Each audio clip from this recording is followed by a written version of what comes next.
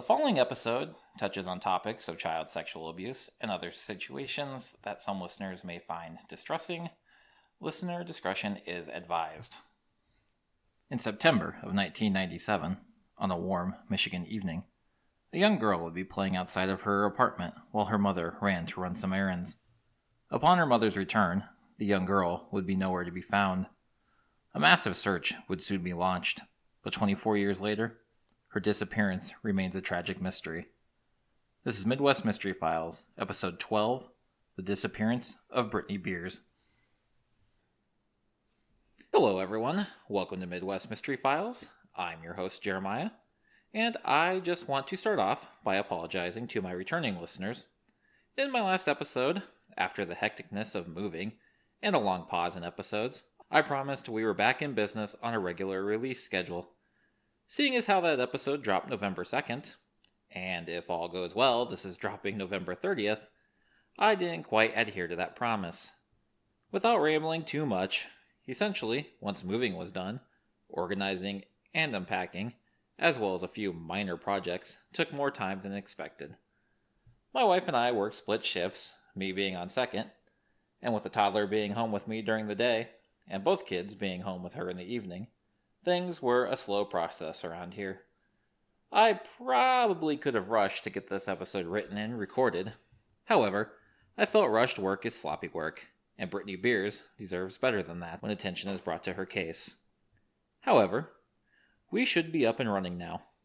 I'm not going to 100% promise another episode in 2 weeks, until I know for sure I won't have any more delays, but for now, I am planning on it. But enough about me and my excuses, and let's get to what's important. Just real quick, for our new listeners, Midwest Mystery Files is a bi-weekly true crime podcast focused on missing and murdered cases within the Midwestern United States. I can be found on Apple Podcasts, Spotify, iHeartRadio, Amazon Music, Google Podcasts, Audible, and all other major podcast platforms. Social media and contact information can be found at the end of the episode. Now, without further delay, on to today's episode.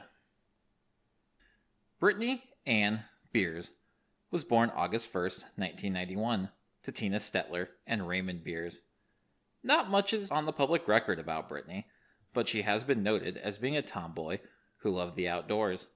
She was shy and a bit skittish with strangers. Reiterating, the public information is a bit scarce.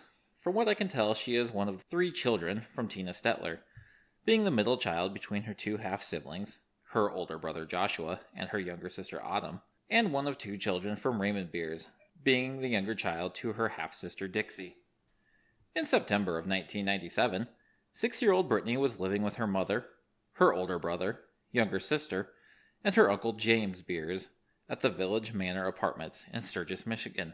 While she didn't live with her older sister, Dixie, they would often meet up at the Geraldine Playground, located just a mile northwest of the Village Manor Apartments. The 16th of that September was showing to be a warm September day, with temperatures going between the high 70s to the low 60s. 6-year-old Brittney, who loved being outside, was taking advantage of the warm evening, playing outside of her apartment and riding her bike up and down the sidewalk. Playing into the night, after the sun had begun to set, Brittney's mother Tina would leave the apartment at approximately 8:30 p.m. to run some errands, leaving young Brittney and her bicycle to play outside. Brittney's brother Jacob would later tell authorities that approximately 5 minutes after Tina left, he saw Brittney sitting on a park bench in front of the apartment by herself. Another passerby would come forward and then tell investigators he saw Brittney speaking to a man in a red or brown car, and that Brittney had run up to inform the witness that she had made a new friend.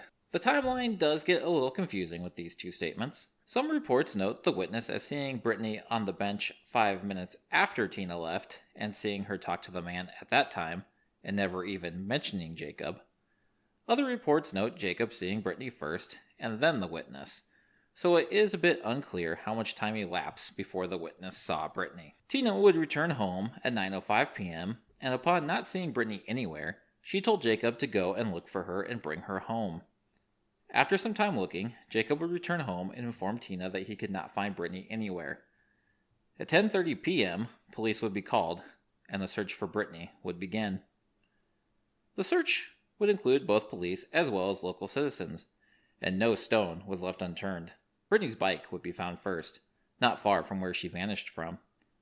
A bloodhound would then be brought in and would track Brittany's scent to a nearby convenience store that was frequented by long-haul and over-the-road truck drivers. But the scent, unfortunately, stopped there. Investigators would also put in an intensive focus on a 40-acre area where Brittany was known to play that was comprised of open fields, railroad tracks, and storage buildings. But nowhere that they looked could they find any sign of Brittany. In a September 2017 article from the Sturgis Journal, Sturgis Public Safety Director Jeff Smith, who was one of the first officers on the scene in 1997, stated, "That first night was about 20 hours long. We slept for about 4 hours, and we were back at it. It felt like that for a couple of weeks." A sketch of the man that Brittany was last seen talking to was produced and distributed. The witness who saw the man described him as being in his late 20s or early 30s, with short dark hair and a thick mustache. At the time, police noted that the man was not particularly a subject, but just a person of interest and a potential witness that they wished to speak to. Soon after Brittany's disappearance, through rumored and realized events, an unfortunate, grim picture of Brittany's home life would soon come to fruition. Neighbors would report that Brittany was seen outside quite often playing by herself, and that her mother would even allegedly lock her out of the home if she had misbehaved in any way. Another neighbor would report that she had once seen Brittany playing in a sandbox near the neighbor's apartment, and she would tell Brittany she needed to go home because the sandbox was located quite far from Brittany's apartment, and she shouldn't be out that far by herself. I'll take this moment to remind everyone of the 40-acre area that was searched, because it was a known area for Brittany to play. I did a little Google mapping, and while I get the terrain can change in 25 years, the likely location of this area is to the north of Village Manor, where Brittany lived. While I couldn't figure a distance as the crow flies, or walking in a straight line, the north end of that field is located 3 miles from Village Manor if you walk the sidewalk route. So regardless, if Brittany was indeed prone to play far away from home, it would appear she was clearly allowed to go quite far. I bring this up because while the neighbor's claims could be called alleged, I feel the fact that police searched this area due to it being known as a play area for Brittany gives their claims a bit of credence. Mere days after Brittany's disappearance, James Beers, Brittany's uncle who lived in the home, was arrested on domestic violence charges after hitting Tina with a bottle. Months later, in January of 1998, Brittany's brother, 13-year-old Joshua, and her sister, 3-year-old Autumn, were removed from the home amid allegations of neglect by Tina, as well as physical and sexual abuse by James Beers. Upon the children's removal, Tina had dispositional hearings upon which she was ordered by a judge to find employment, obtain and maintain a suitable home for her children, and due to his history of violence and abuse, and the fact that Joshua was terrified of him, to stay away from James Beers. Court documents pertaining to the case would reveal that this was not the first instance of alleged sexual abuse against the children. In 1996, Kevin Folsom, the father of Joshua, was convicted on a charge of criminal sexual conduct and was currently serving time on that charge. The victim in that case was Brittney Beers, who was 3 years old at the time of the incident. The abuse came to light when a babysitter tried to give Brittany a bath and the young girl refused. The babysitter questioned Brittany, who then spoke of what had happened. Upon his arrest, Kevin Folsom told police he had been bathing Brittney Beers when he became aroused and began the abuse. If your skin is crawling, don't worry, so is mine. I do want to note, even though this information is widely available, I did struggle some with if I should include it or not in this episode, as it did seem I was being overly exploitive of Brittany, especially as seeing that Kevin Folsom was in prison at the time, making him an impossible suspect. I did decide, though, that it was important to nail down the sort of environment Brittany was living in prior to her disappearance, a subject we will speak more on later in the episode. If you decide to do further reading, you'll find that James Beers, and occasionally Raymond Beers, yes, Brittany's father, were also allegedly involved in the abuse, However, I do want to stress at this time that Kevin Folsom is the only person to ever be convicted in the situation. Returning to Tina Stettler and her children, in 1998, Tina had a termination petition hearing in which she voluntarily gave up her parental rights. She would state that she did not have accommodations nor the financial stability to take care of her 2 remaining children. Because Brittany was still missing, she was removed from the petition. Were she to be found, a new petition would have to be filed with another hearing being held at that time. After the hearing, Joshua would go to the custody of Tina's father, and Autumn would go into the custody of Tina's brother and sister-in-law. Autumn's father, Lonnie Garvey, had passed away in 1996. He was a cook at a local restaurant, and multiple sources cite him as being a good-hearted individual and a good father who was often seen feeding all 3 siblings at his restaurant. Through all of the circumstances with her family, investigators would not falter on their search for Brittany, nor would the community give up either. By 1999, investigators had received almost 800 tips, and upon release of an age-enhanced photo, Brittany's face was placed on almost 500 trucks, as well as 200 NASCAR and Hot Rod Association vehicles. Despite tips and photos, though, investigators would note that it had still been a rough investigation. In a 1999 interview, then Sturgis Police Chief Eugene Ali would tell WNDU 16 News, "We know, with the passing of time, people forget, and we want the public and family relatives to know that the law enforcement has not forgotten. The tips have almost dried up. That's a statement of fact. We live with this case every day. The family lives with the case every minute of the day. A girl of 6 years old does not disappear off the face of this earth. Someone knows what happened to her. We need that person or persons to make the most important call of their life." Over the next year, tips would filter in here and there, but they would all fall flat, with nothing being concrete enough to move the investigation along. Then, in September of 2000, a potential lead would come in. 170 miles from Sturgis, in the Detroit suburb of St. Clair Shores, Michigan, 41-year-old Russell Toombs would have a computer confiscated from his home. Contained on that computer was approximately 2,000 photos of child pornography and sexual abuse. In approximately a dozen of the photos was a young, blonde-haired girl who appeared to be approximately 4 to 6 years old. Macomb County prosecutors told the media that at the time, a large amount of child pornography was produced internationally. However, these photos appeared to be domestic due to the furnishings and the look of the locations within the photos. Prosecutors would distribute a photo of the young, blonde girl in an attempt to identify her. It wouldn't be long before the Sturgis Police Department would see the photo and come calling after noticing that she bore a resemblance to Brittney Beers. Investigators would strongly stress to the media that the girl only bore a resemblance to Brittany, and it was not yet confirmed to be her, with Police Chief Eugene Ali telling the media, "Some of the pictures, in a way, resembled Brittney Beers. We're currently following up on that lead. We want to emphasize this is a lead, not absolute positive identification, contrary to what some people have said." It would only be a short time later that it was confirmed that the girl was not Brittney Beers. The young girl in the photo, however, was identified and tracked to Texas, where she would testify against her, and I'm using this word very loosely, parents, who would be convicted on charges related to child pornography. After this, Brittany's case unfortunately quiets down for almost 15 years, until a new person of interest was named. In July of 2015, 65-year-old Daniel Furlong was arrested after luring a 10-year-old girl into his garage in White Pigeon, Michigan, and attempting to restrain her with electrical cords.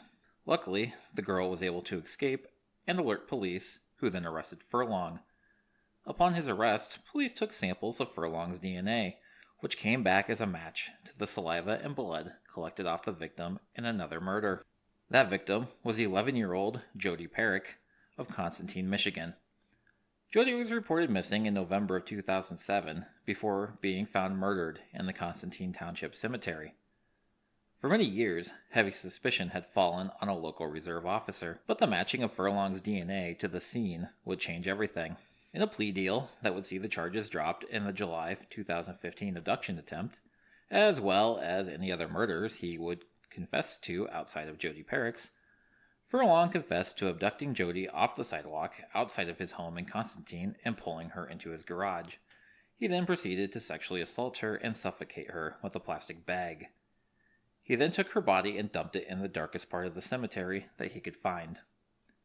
During his interview with police, Furlong would be questioned about Brittney Beers, but he denied any involvement. On this, Sturgis Police Chief Jeff Smith would tell the media, "I'm not sure if he can tell the truth about anything, let alone if he was guilty of something. It's back to gut feeling. We know what he did to Jody Perrick. Then several years later, he basically tried to do the same thing again. What's to say he didn't do it before?" Smith also noted that along with Furlong's ability to commit the crime, the other leading factor making him a person of interest was that he resembled the composite of the last man speaking with Brittany right before her disappearance, stating, "When I saw the picture of Mr. Furlong, I thought of our composite and how much it resembled the composite." It was soon revealed by St. Joseph County prosecutor John McDonough that Furlong kept a list of names of young girls in his White Pigeon neighborhood, and there was a high likelihood that he would have struck again. McDonough would state to the media, "This wasn't just a random thing. He's a very calculated person." While Constantine, White Pigeon, and Brittany's hometown of Sturgis are all located in St. Joseph County, there's no direct connection to Brittney Beers and Daniel Furlong. In a January 2016 interview with WWMT News Channel 3, Sturgis police would state the only connection was the Montville Speedway in White Pigeon. Speedway owner Merle Holden told News Channel 3 that Furlong's wife worked at the concession stand. Raymond Beers, Brittany's father, raced there for many years. Stepping away from Furlong, Merle Holden would also state that Raymond had told him that Raymond believed his brother, James Beers, the man who lived with Brittany's mother, had killed Brittany. Investigators did note that there were a few other persons of interest outside of Daniel Furlong. However, they were choosing not to name them, and they had only named Daniel Furlong due to the increased public attention on his case and Jody Perrick's. Daniel Furlong would ultimately be sentenced to 30 to 60 years in the second-degree murder of Jody Perrick. There has never been anything to definitively link him to the disappearance of Brittney Beers. While tips have continued to come in here and there over the last 6 years, and despite investigator and community determination, the case of missing Brittney Beers appears to be colder than ever. A young girl plays outside her home, something she's done 1,000 times before, and vanishes in an instant, leaving many questions, no answers, and a few theories. The biggest theories that have been bounced around have essentially been that either Daniel Furlong abducted and murdered Brittney Beers and then disposed of her somewhere that she has yet to be found, and the other is that she was either taken by someone not yet considered, or at least named, by law enforcement. Let's take a look at Daniel Furlong. Daniel became a person of interest after attempting to abduct one girl, of which his arrest led police to discover that he had murdered 11-year-old Jody Perrick in 2007. There's a lot of pieces that fall into place. Furlong's history of violence toward young girls, the fact he lived in the same county, and struck within that same county, and he closely resembled the sketch of the last known person to speak with Brittany. I'm not taking the fact that Furlong's wife worked at the same raceway Raymond Beers raced at into much consideration. What is reported only mentions Raymond Beers and never makes any note of Brittany being present. Truthfully, little is actually reported on Raymond and Brittany's relationship, or how often they saw each other. Furlong certainly seems overly plausible. I have to admit that the sketch of the man seen talking to Brittany does bear a resemblance to Furlong, though in 1997 he would have been in his mid-40s as opposed to his late 20s or early 30s. But apparent age is obviously in the eye of the witness who described the man, and from their angle, age may have been hard to tell. Pictures of both the sketch and Furlong will be provided on the podcast's social media pages. From what I can tell about Furlong, though, is that he appears to strike close to home, and he's not what I would exactly call careful. While I noted before that Furlong lived in St. Joseph County, as did Brittney Beers, I've seen nothing that said he lived in close range of Brittany at the time of her disappearance, let alone even in Sturgis. I bring this up because Jody Perrick was from Constantine, and Furlong was living there at the time of her murder. The girl that escaped him in 2015 was from White Pigeon. Furlong, resided in White Pigeon at that time. In fact, he grabbed both girls from outside of his own home. This isn't to say that that would be his only MO, but it is one of the many common denominators between the two cases. Even the names of the girls that Furlong had written down were within close proximity to him. I just find it hard to believe that after such a large search was sparked by a young girl from a different town, that Furlong would suddenly risk having the same thing happen by taking girls from a community he actually lived in. I also want to point out that while Furlong left Jody in the quote-unquote darkest part of the cemetery, he still left her in an area where she was 100% absolutely going to be found. If he did indeed abduct and murder Brittney Beers, he clearly hid her somewhere she has yet to be found. Again, Jody's case would have almost been a step backwards for Furlong.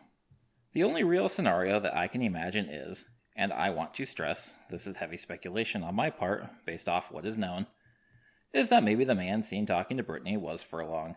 Maybe he had never done this before, and he was nervous about taking her from her own neighborhood. Maybe he talked Brittany into walking to the convenience store the dogs tracked her to, and sprang into action from there. Like I said, it's speculation, but it's a possible enough scenario. This could also pertain to any abductor in the case who is not Furlong as well. The biggest issue that I have is that Brittany was known to be very shy, and while maybe she could be convinced to have a quick chat with someone in their vehicle while she remains at a distance, it would still be a big jump for her to follow a stranger's direction to head to a nearby convenience store to meet them. In terms of someone who is not Daniel Furlong being Brittany's abductor, there are a few avenues to look at. There's still the scenario I just mentioned. Aside from the fact that the individual in the vehicle could have convinced Brittany to walk to the convenience store, she may have just walked there on her own accord, with the man having no influence whatsoever. It has been well established that Brittany was clearly allowed free range to go where she pleased. The convenience store, Lightning Quick Marathon Gas, is located just southeast of Village Manor Apartments, a mere 5-minute walk.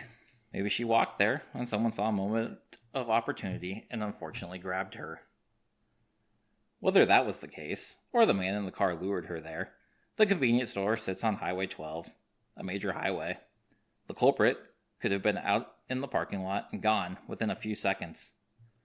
Village Manor itself is less than a minute off that same highway in a vehicle.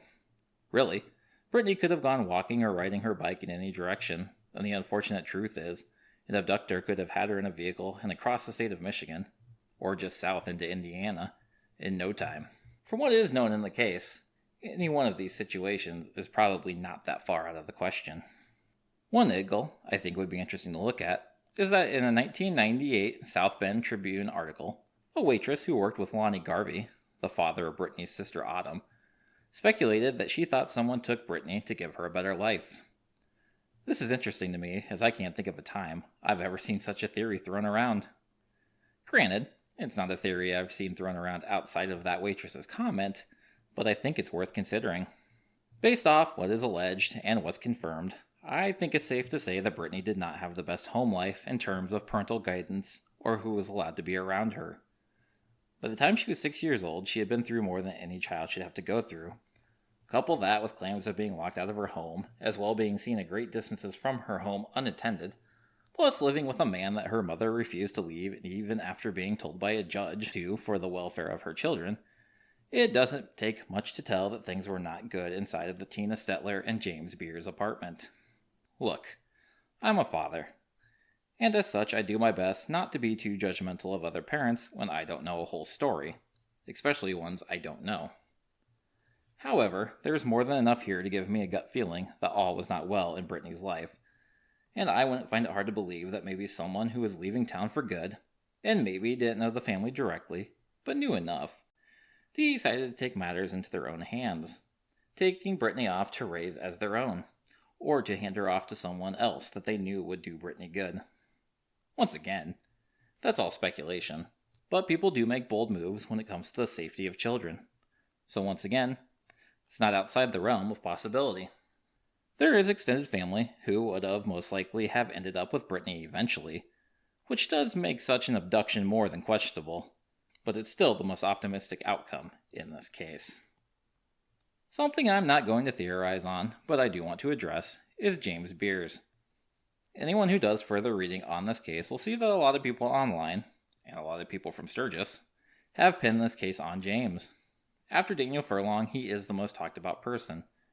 Even Raymond Beers allegedly told the owner of Mottville Speedway that he thought James was the culprit. Taking all that into account, and despite all evidence that he isn't the most savory individual, from a research standpoint on what's available in this case, there's just not enough information available for me to openly speculate on his involvement. I know I preface a lot that what I'm saying is speculation, but that speculation is based off known info. And in this case, there's no public information on what exactly went on with James Beers that night or within the next couple days. He's never even been officially named a person of interest, and him and Tina were most likely the first two people looked at due to their parental roles. Not to say he's not one of the unnamed persons of interest, but at this juncture, I just don't have enough information to say anything at all. It's been 24 years since 6-year-old Brittney Beers disappeared off a bench in front of her apartment. 24 years, thousands of tips, one named person of interest, and a lost opportunity for Brittany's best days to be ahead of her. The biggest tragedy here isn't all in the neglect and abuse Brittany faced before her disappearance. It's truly that her disappearance came before the light at the end of the tunnel. It was less than a year before her siblings were removed from the home and placed with other family members. And while I can't confirm 100% that that made their life better, I can only imagine it did, and I have to believe that the same would have happened for Brittany. A yearly vigil is held on the anniversary of Brittany's disappearance at the Village Manor Apartments, a sign that the community has not forgotten about her, and they refuse to give up hope until a true answer is found. Extended family, including Brittany's grandparents from Texas, have attended many times over the years. As of 2018, Tina has only attended once. Raymond Beers passed away in 2001. Brittany Ann Beers was last seen on September 16, 1997. At the time of her disappearance, she weighed 45 pounds, stood 4 feet tall, and was missing 4 upper baby teeth. Brittany was last seen wearing a white tank top with a floral print, pink tie-dye shorts, and white sneakers with a pink design on the sides. Brittany has blue eyes and blonde shoulder-length hair that she usually wore tied back in a ponytail. Although, the last photo of Brittany taken shortly before her disappearance shows her with much shorter hair. It had reportedly been cut short by her Uncle James after he stated that she wasn't taking proper care of it. Brittany Beers was 6 years old at the time of her disappearance, and if she was alive today, she would be 30 years old. If you have any information on the disappearance of Brittany Ann Beers, please contact the Sturgis Police Department in Sturgis, Michigan at 269-651-3231. If you're looking for any further reading, there's several articles available on the case, specifically from the Sturgis Journal and the South Bend Tribune, and most of the local news stations in Michigan. I also want to credit Emily Thompson of Morbidology, as her article on Brittany's case and her citations served as a jumping-off point for this episode. If you wish to see photos pertaining to the case, let me know what you think happened, have a case suggestion, or would just like to follow me on social media, I could be found on Instagram at Midwest Mystery Files, Twitter at Files Midwest, or you can search for Midwest Mystery Files on Facebook. You can also email me at midwestmysteryfilespod@gmail.com. Lastly, if you're listening on Apple Podcasts and you like what you hear, please feel free to rate and review. This helps make the podcast more visible in searches, which in turn helps bring more attention to the cases I cover. Thank you to everyone who has done so already. Take care, everyone, and I will see you all again soon.